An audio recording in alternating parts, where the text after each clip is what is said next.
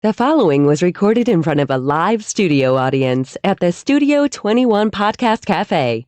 This is the United Podcast Network.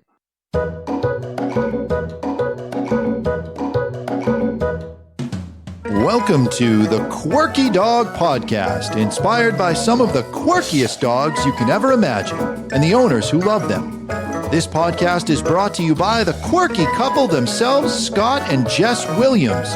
Their aim is to educate and entertain. Here's Scott and Jess. Scott is like a toddler. He won't even put his headset on now. Welcome, guys, and happy Wednesday. Today's topic is, should I fire my dog trainer? And the answer is yes. See, you Can the ass. You didn't even get. We will fly to you. You didn't even get the headset on in time. But first, we're going to start with the quirky tip of the day. All right, our quirky tip is, where is the best place to find a dog trainer? Our honest to goodness opinion is Referral. Google My Business. Yes. Referral is best. Word of mouth is best. If you don't have anyone that gives you good word of mouth reviews, Google My Business. Find a dog trainer with someone that, you know, either has people screaming their name from the streets or they have so many reviews on Google that you just can't not work with them. That is, in our best opinion, the best way to find a dog trainer. Well, it will give you some decent insight as to how this person runs their business, you know, because they might be good dog trainers, but they don't keep their appointments, and they may have other weaknesses. They may, so you see all that in the in these reviews. Yeah. All right. So we've done how to pick a dog trainer before. We talked about client relationships with dog training last week. We do a lot of, service for pet dogs and everything else, but dog training is what we do. Dog training is who we are. And this week's topic is, should I fire my dog trainer? Which I think is a great topic. And I do think that more often than not, when people leave the dog trainer that they're currently working with and then, think outside the box, look outside the box, everything else, things get better a lot quicker. And we know this personally because we often work with people who have been like, oh yeah, I worked with this person for 6 months. I worked with this person for 3 years. XYZ. And sometimes they're very nice people and the people feel bad about it and everything else. But us as dog moms, as dog dads, as dog owners, we need to step up, do what's in the best interest of our dogs. And sometimes firing your dog trainer is the best way to go. So we compile a little list here of when we think it's best to fire your dog trainer. And I want to do like a monetary amount. And Scott said, well, that doesn't really make sense. Like, $1,000 is nothing to some people, and that could get people huge to me. 12 classes.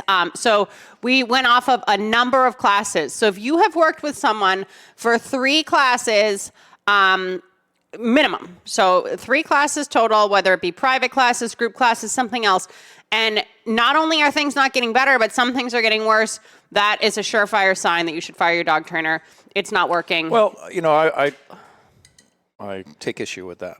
We just came up with this here. No, just that last statement you said, sometimes things get worse. And then, quite often things can get worse before they get better. If you have a dog that is used to doing, a lot of bad habits, and now you're saying, hey, we're not doing this anymore, that you're going to get some pushback. Yeah, if you had leash reactivity and it was just pulling and growling and now it's full on barking and lunging, that's what I mean by getting worse. The behavior, it's not that, your dog's just getting with the program and doing everything perfectly, but the specific issues you had are actually heightening and escalating. And there's going to be some ebb and flow with all of this. It's not an exact science. Dogs are, living, breathing beings. Like, we understand all of that. But after 3 classes, you should have tools to at least improve one aspect of something and have some methods to fall back on that you didn't previously have. I certainly think that something should be better. That's where I'm going. Yeah, you may have, hired a dog trainer because you have leash reactivity, but that's not typically the only thing that you'll be working on. You'll be working on teaching your dog how to walk on a leash,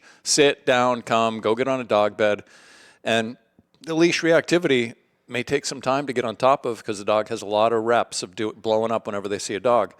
But that being said, they should be learning how to go stay on a dog bed. Yeah, or settle better in the house, based on working with them. They should be able to demonstrate that they've learned something over the course of 3 weeks' time and 3 classes spread out over once a week. Something should be improving. And this is a little bit of food for thought. If you're out there shopping or you have friends or family out there shopping for dog training, what are you actually purchasing up front? Are you purchasing a year lifelong membership where you can do unlimited dog training for thousands of dollars? Maybe that isn't the best entry point to go go into, because literally if you bought 5 classes and after 3 things aren't working, you could go do the last 2 just to, get your money's worth, if you will. But quite often it is in your best interest to leave and find something that's going to work right on the spot as soon as you feel it. So if after 3 classes, nothing is better, you should fire your dog trainer. I have another caveat there too. Okay, let's stay on this first topic you for a while. You got to do your part.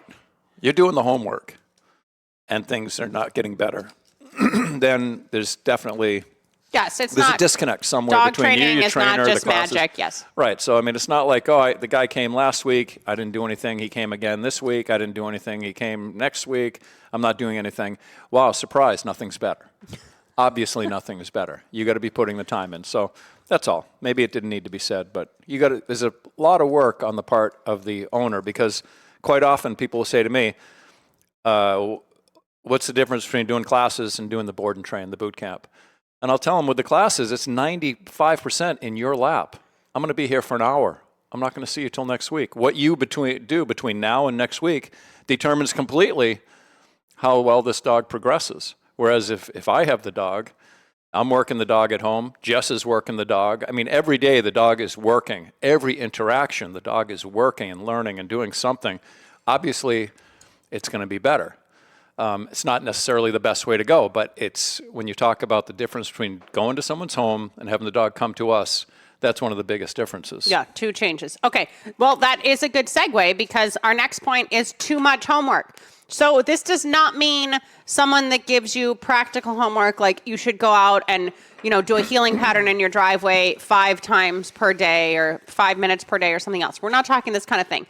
If it is, you need to read XYZ study. You need to study this. There's a lot of papers. And if you're into that, I'm all for it. I'm not saying that that's a problem. But there are a lot of people that could give a rat's ass about the paperwork that they're getting every single class, 20, 30 pages, these studies, all of this scientific jargon. If you're getting a lot of homework like that and that's required for your success with dog training, I say fire your dog trainer. Dog training is a very practical thing. Yes, you can learn a lot and research a lot, and there's a lot of good information out there. And if that's your boat and you love it, do it. If you feel like it's too much and it's causing an overwhelming feeling in you, fire your dog trainer. Yeah, I would say regardless of the methodology, dog training should be simple. Whether you're doing clicker training, all positive training, whether you're doing electric collar training, traditional leash training, it's simple. It's not easy. There's technique to learn. There's a lot of timing involved. There's learning how to read your dog. There's a lot to it, but it's simple. Yeah, you don't need to get a doctorate to train a dog, okay? That's part of the hang-up. That's part of the problem most people have. It's too damn simple. They freak out. They're like, this is too easy. I need to complicate this. All right, next point. This may seem obvious to you. Personality conflicts. Sometimes things just don't jive. That never happens to me. Right? No, really, you don't. You don't have a lot of fallout with people. You're you're like a chameleon. You adapt pretty well. He does better in a professional setting than the podcast. My drugs in my system, I'm good to go. Stop it. No, really though. I mean, this may seem obvious to you, but if there's just a definite personality conflict, maybe you're a very, strong type A person and your dog trainer's a little bit of a wallflower and that's too much for you. Maybe you're a little more meek and the dog trainer, maybe I'm your dog trainer and I'm just too much for you. And it's too much, too boisterous, too loud. A lot of Jess. It might be too much for Scott some days. But really, if you're seeing a personality conflict, that's going to prevent you from learning. That's going to prevent your dog from succeeding. That should be something. It should be something that's kind of figured out on the front end. Most people aren't just going to a website and purchasing a whole package of classes sight unseen and then meeting the person. Typically, there's some sort of eval or something that happens beforehand. But a personality difference in personality or personality conflict totally grounds for firing your dog trainer if you think that it's not going to get better and you're not going to have a happy medium. And I would say if your dog trainer is doing something that you don't understand or you don't necessarily agree with, ask them why. Why do I have to do that? Why am I doing this with my dog? They should have a good answer for you. They should have a really clear, immediate answer. This is why I want you to do this, because later it's going to help you here and there, or whatever their reasoning is. But a dog trainer should always have a solid reason for why they're telling you to do something in particular with your dog. There's a plan there. There's a bigger picture that the dog trainer sees that you as the student, you're not seeing that because you haven't been in this world before. But the dog trainer, ideally, they're unfolding a plan that is going to unfold logically and make more sense as it goes. And there's a method to their madness. They're not just doing things willy-nilly.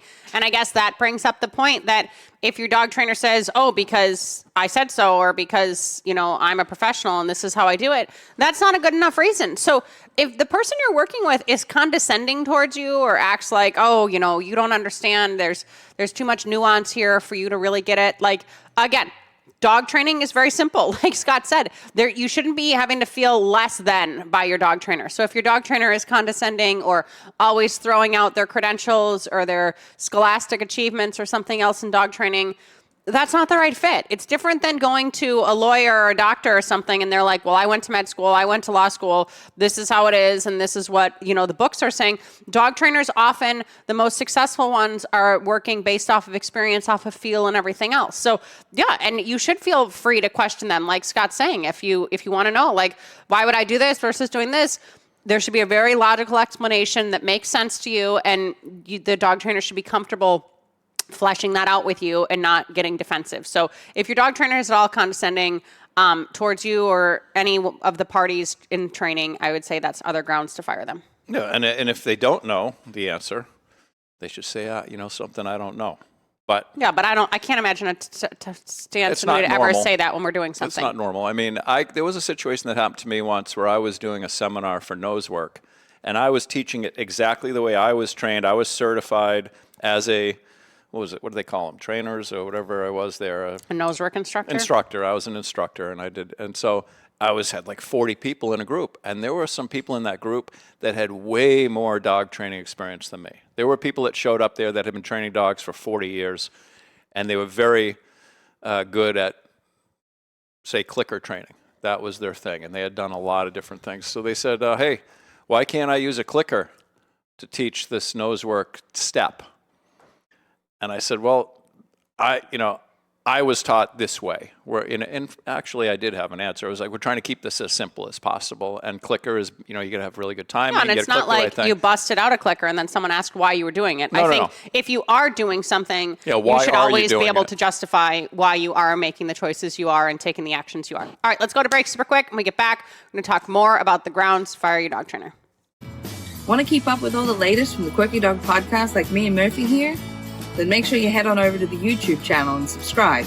Or if you prefer to listen to the madness, go on over to iTunes or Spotify and follow the Quirky Dog podcast. And hey, while you're there, leave a rating and review and let them know what you think of the show. Until then, keep it quirky. All right, we're back. All right, other points that we think as professional dog trainers is a time when you should have a heart-to-heart moment with yourself if you should fire your current dog trainer. Does your dog hate the trainer?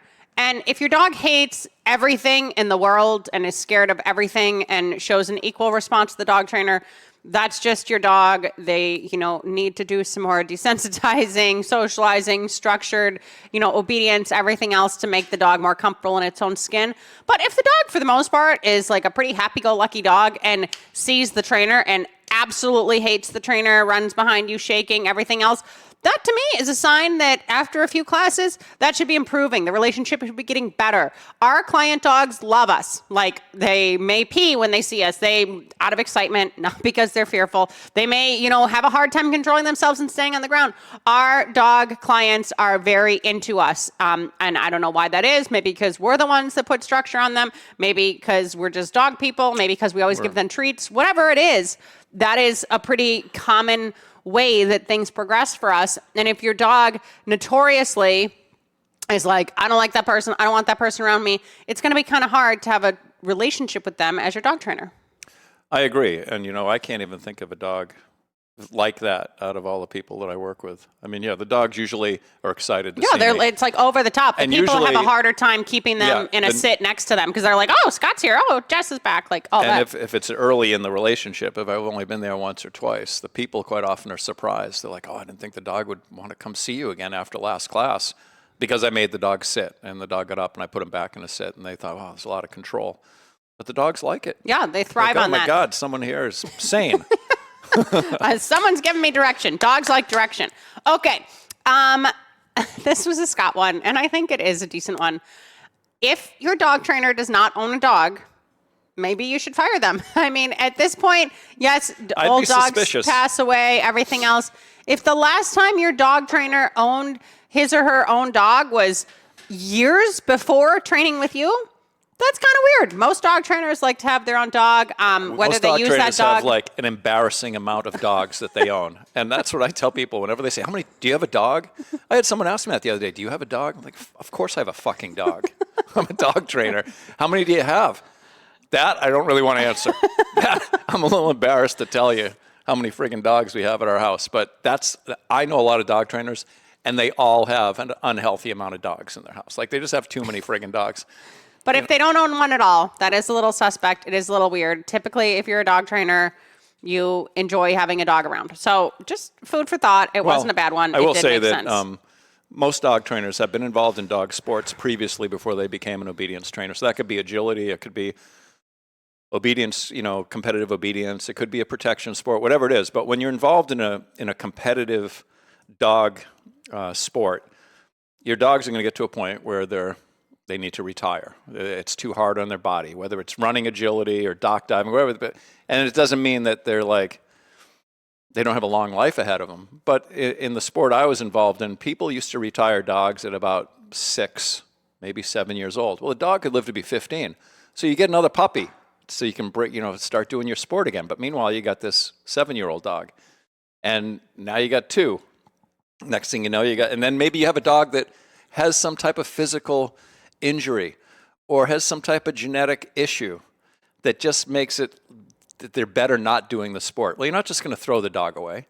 You're going to keep the dog. Most dog-loving dog trainers are going to keep the dog. What are you justifying? The multiplication of dogs? Yeah, I'm trying to justify this to myself. All right, we've moved on from there. Your dog trainer should own a dog. That's that. Okay, kind of alongside that, if they don't own a dog, and they're not actually working with your dog, they're not touching the leash, and there are caveats here. Scott mentioned this, like, yes, some dogs are too aggressive for him to hold the leash that he works with. We do not take those dogs for boot camp, but sometimes he's instructing the owner on how to handle that dog. That's probably... We do a muzzle class. That's probably early. 1 to 2 dogs a year. Like, that's not the norm, okay? But for the most part, if your dog trainer does not have their own dog, they can't, do any demonstrations with their own dog, and they're never working your dog, and they're just talking.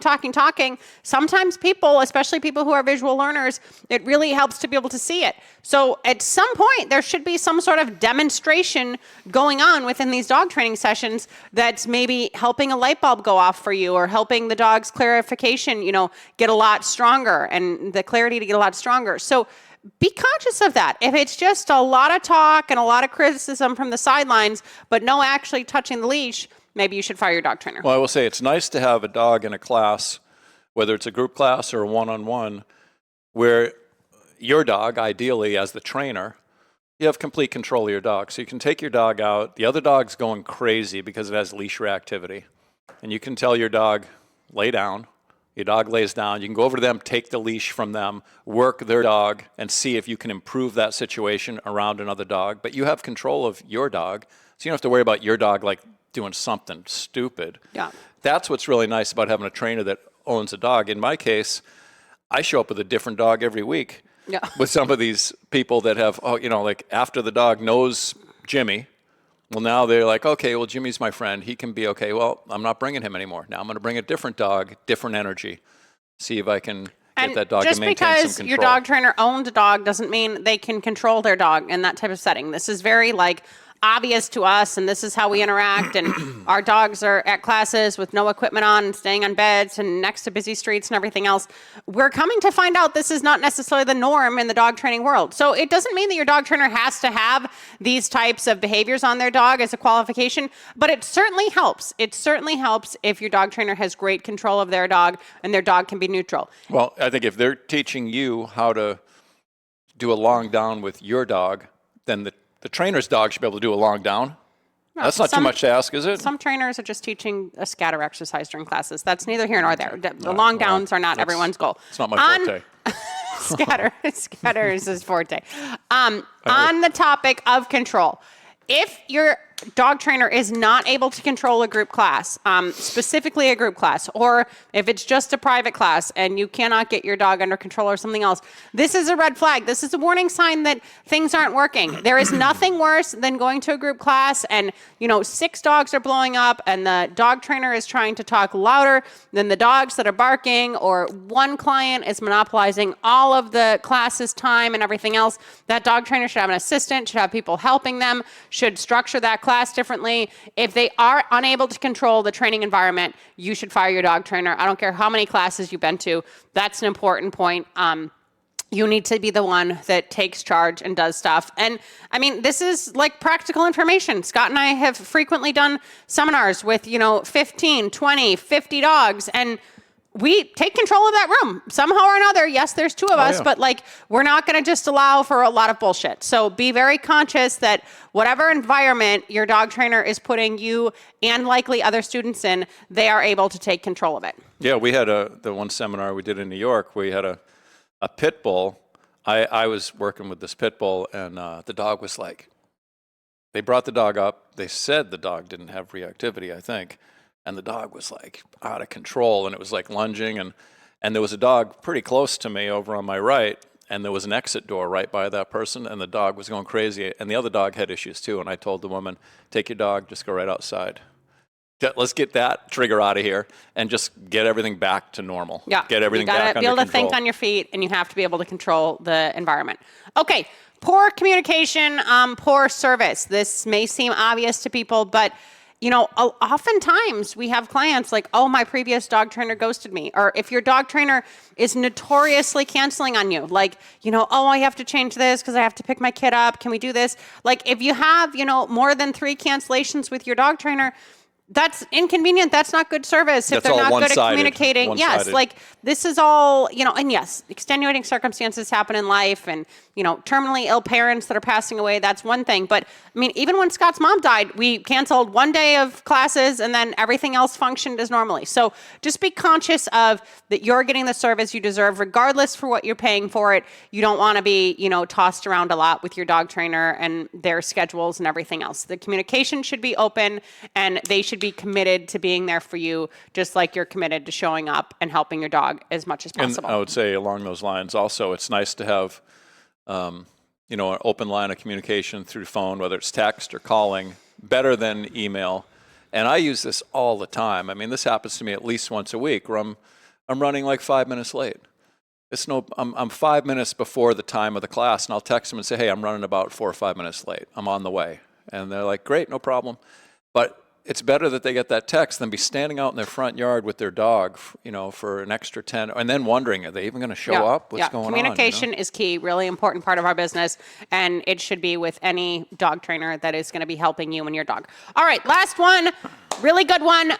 If the dog trainer is constantly blaming you or blaming your dog, there are a lot of people that are unable to help, and we are not going to sit here and say that we can help any dog with any problem, or we guarantee anything, because we're way too humble and we're way too living in reality for that, based on being in this profession for as long as we have and seeing everything that we have.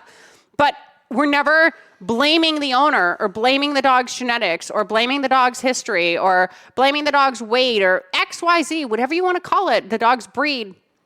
We're not sitting there and casting blame to something else because we may not have an answer. So that is a really important component that you can say, I'm honestly not sure how we're going to handle this. I haven't seen this before, but I'm going to give you all the best tools I can, and I'm going to give you all the support and resources I can to help you work through it.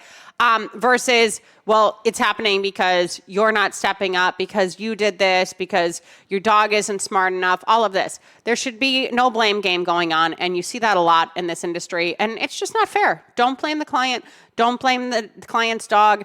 The clients love their dog. It's like the center of their world. Be kind to it. Treat it nicely. Whether you think it's the ugliest, stupidest dog in the world or not, doesn't matter. Be nice to your clients' dogs, and be nice to your clients. They're trying. They're paying you. They want to help their dog. That's why they called you in the first place. Yeah, and I know it's happened to me on occasion where the people haven't done the homework. They're having trouble with it. They're not remembering how to do something, and it's just when I walk into a situation like that, I say, well, let's figure out something that you can do. What is realistic that you can actually do between now and then?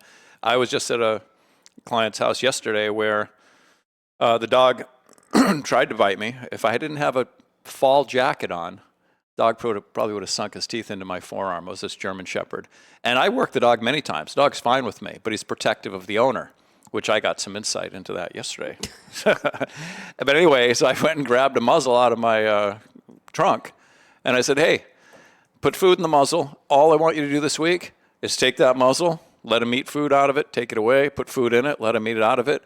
We buckled the muzzle onto the dog.